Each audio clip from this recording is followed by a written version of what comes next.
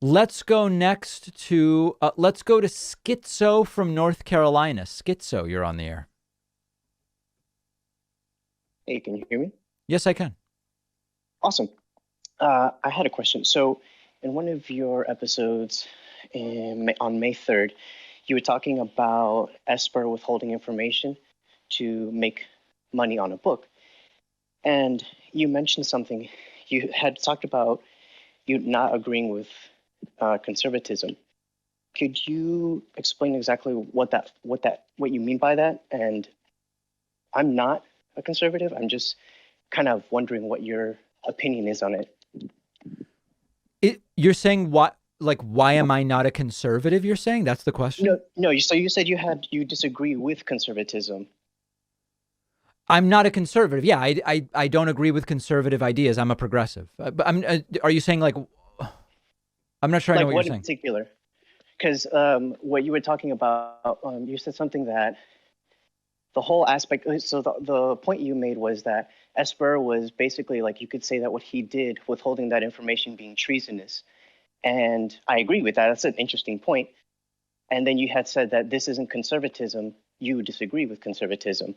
And my question is like, what is it about conservatism that you disagree with, apart from, being a progressive?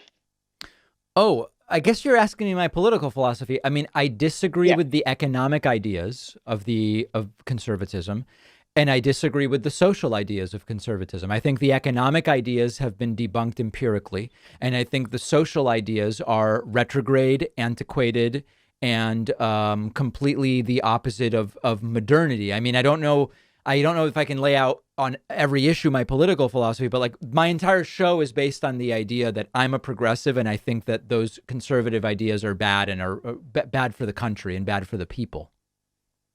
Okay, understood. Yeah, because I'm finding myself to be more progressive. I've never felt or been aligned with conservatism. I was Mm-hmm. just curious because my awakening from like political awakening was 2020, and I voted for Biden because at the time I didn't really understand politics and stuff like that. But Mm. I voted for Biden because Trump just seemed like not the best choice, and I'm finding myself that that was the best choice for 2020. But I'm finding Wait, that a lot of which people, was the best choice for 2020? Biden, Biden. Okay, Biden. okay. And how old were you in Yeah, yeah. 2020? I was 28.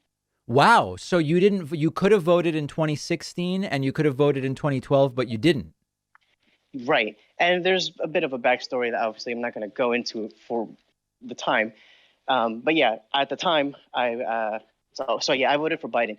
And one of the other things I wanted to ask, or I guess kind of like tell you, was the interviews that you've been having with Republican candidates. I've been enjoying a lot, and not from like a laughing at them for still not accepting like that gut check question where who is currently the president of the Yeah. US, and they will just dance around. And I love it because it makes me, it's kind of like you're not trying to directly attack that person, but the people who are watching can kind of see, hey, this is the idea that these people are having. And it sort of gets the people to kind of like think about why do they think that way. And the Yes. reason why I've been enjoying that is because I am currently surrounded by a lot of conservative Republican people who I don't think understand conservatism. Hmm. And what they're doing is they're just kind of repeating the talking points and believing the conspiracies, and they don't really have a good basis for their their their political views. Well, And that's so very that's sort of common.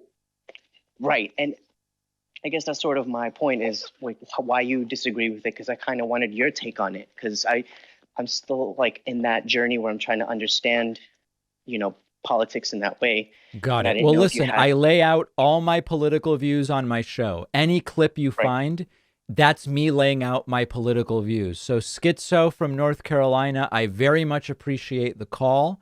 I am going to move on because I've got a bunch of other people here waiting.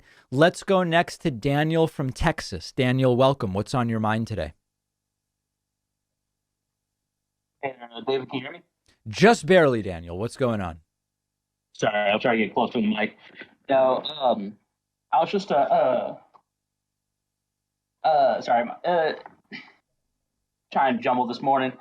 No, um, I'm from Texas, as it says, but I've been looking at a lot of the races throughout the country, and one of the ones I'm honestly most interested in seeing the outcome of is Louisiana's Senate race with Gary Chambers.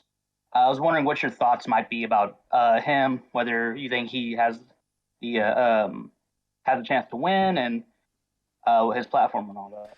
You know, I don't really know that much about that race. That's not one of the ones I've been following super closely, but it seemed this to be accurate. This is the race in which the incumbent is the Republican Senator John Kennedy, who's cuckoo for Cocoa Puffs.